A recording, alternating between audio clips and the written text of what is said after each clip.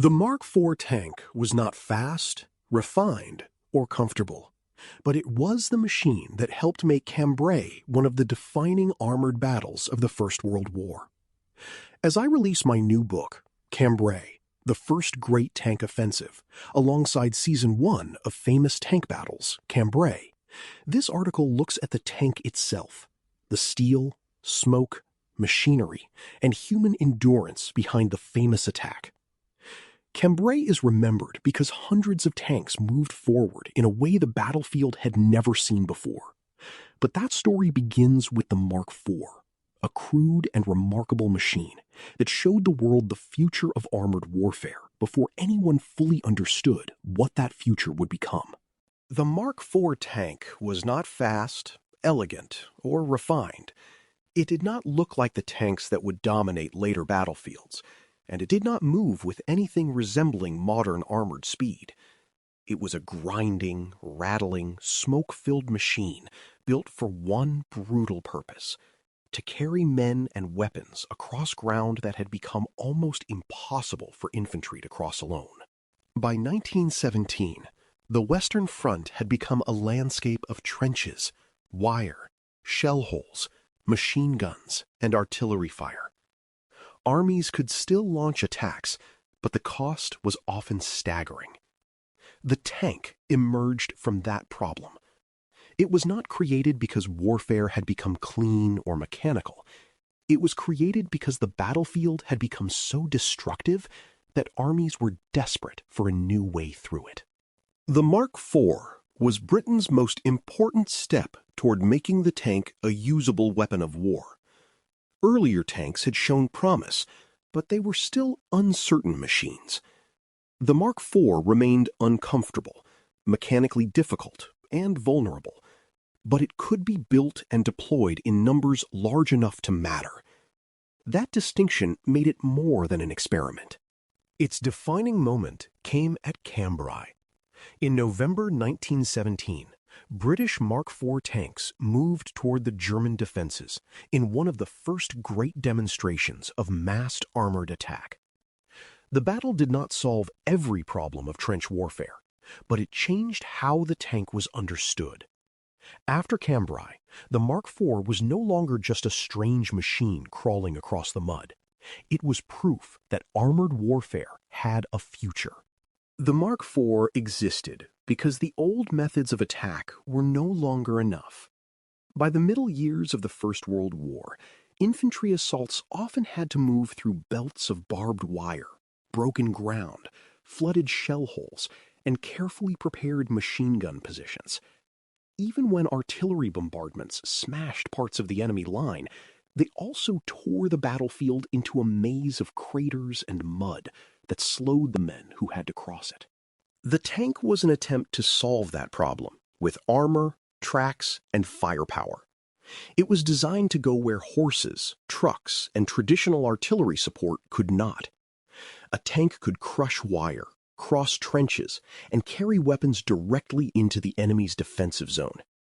In theory, it gave attacking infantry something they had badly needed: a moving shield and a way to break through obstacles that had stopped so many advances before. The Mark IV was not the first British tank, but it was an important improvement over the early models.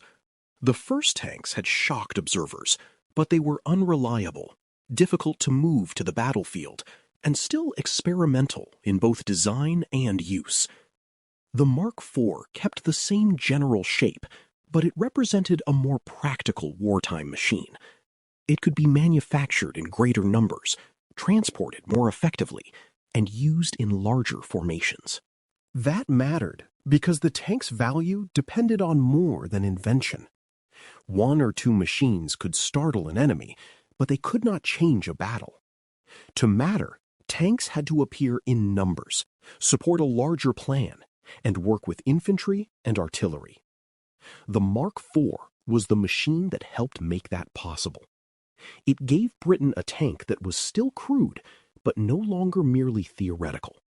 It was ready to be tested at scale. What made the Mark IV different?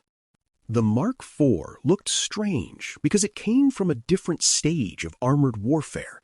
It had no turret, no sleek profile, and no resemblance to the faster tanks that would come later. Its long, rhomboid body wrapped the tracks around the entire hull, giving the machine its unmistakable shape. That design was not meant for beauty. It was meant to climb, grip, and crawl across ground that had defeated almost everything else. The great challenge was the trench. A tank that could not cross trenches had little value on the Western Front, so the Mark IV's length and track arrangement were central to its purpose. It was designed to move over broken earth, push through wire, and span gaps that would trap infantry or wheeled vehicles. In that sense, the Mark IV was less a vehicle in the modern sense and more a moving battlefield tool.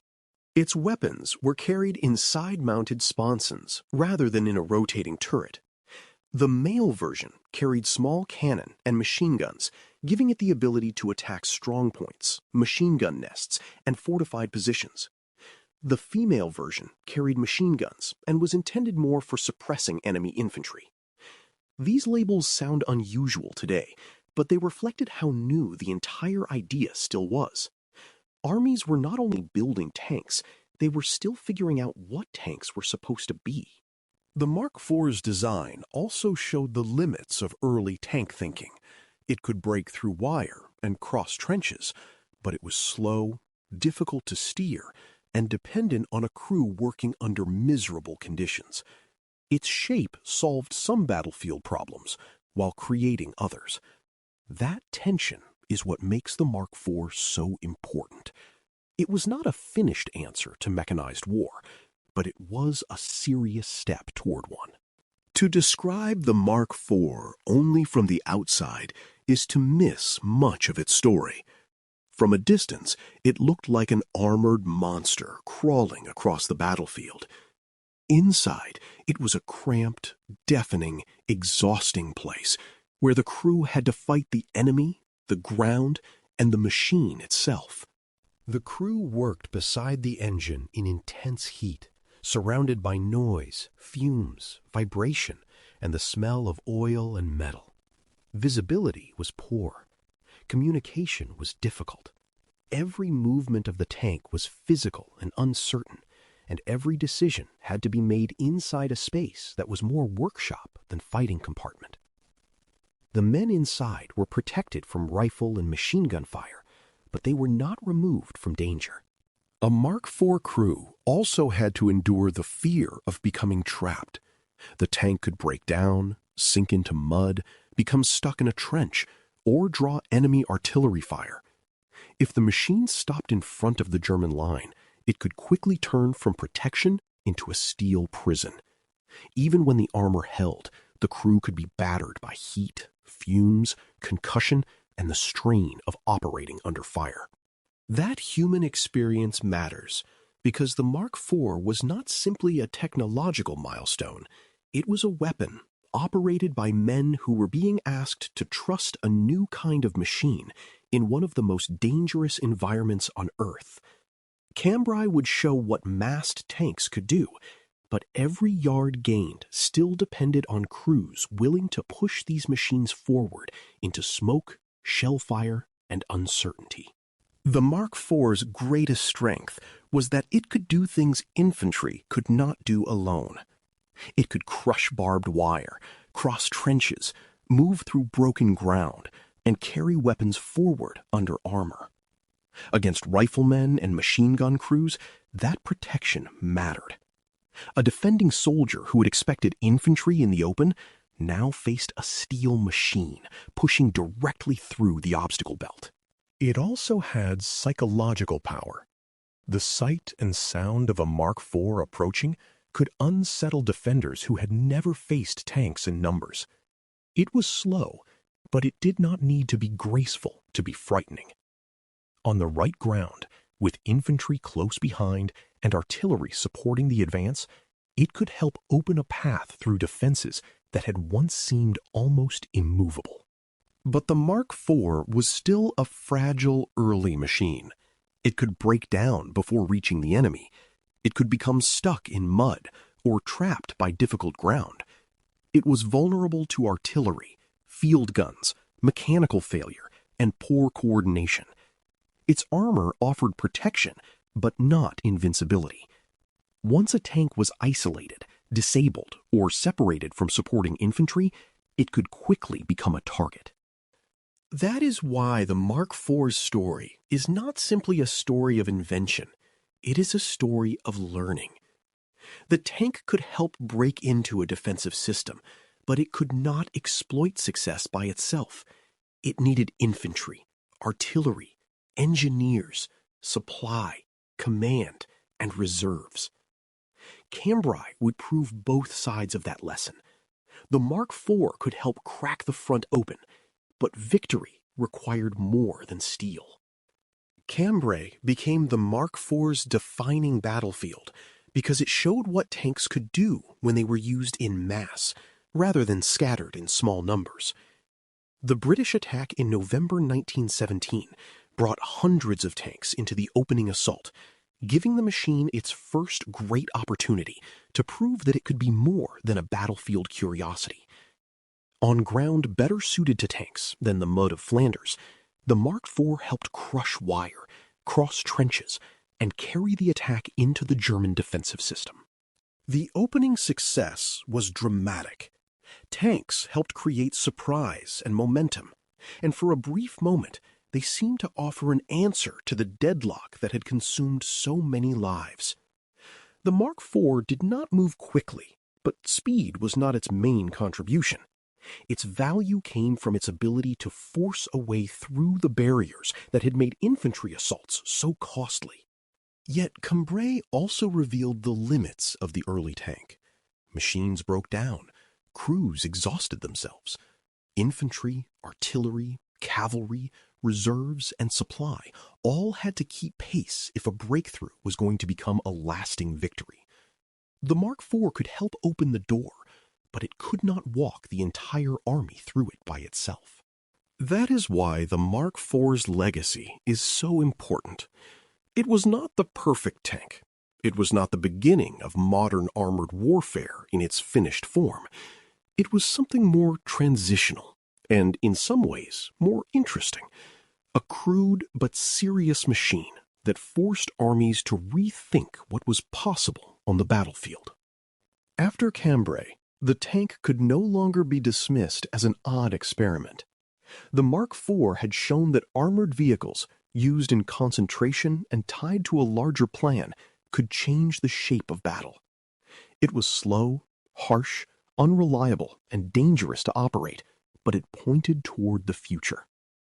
The Mark IV was not the tank perfected, it was the tank becoming impossible to ignore. The Mark IV tank belonged to the rough first generation of armored warfare. It was loud, slow, uncomfortable, and mechanically uncertain. It did not end the stalemate by itself, and it did not make the battlefield simple. What it did was prove that the problem of trenches, wire, and machine guns could be attacked in a new way. That is why the Mark IV's story belongs beside the story of Cambrai. One explains the machine. The other explains the moment when that machine was tested at scale. At Cambrai, the Mark IV became more than a strange armored experiment. It became part of a larger turning point in how armies thought about movement, protection, firepower, and shock on the modern battlefield. This connection is also at the center of my new Famous Tank Battles project, beginning with Cambrai, the first great tank offensive. The book and companion podcast look beyond the simple image of tanks rolling forward and examine the battle as a human, tactical, and technological event. The Mark IV did not create modern armored warfare by itself, but at Cambrai, it helped make the future visible. The Mark IV was not the tank perfected. It was the tank becoming impossible to ignore.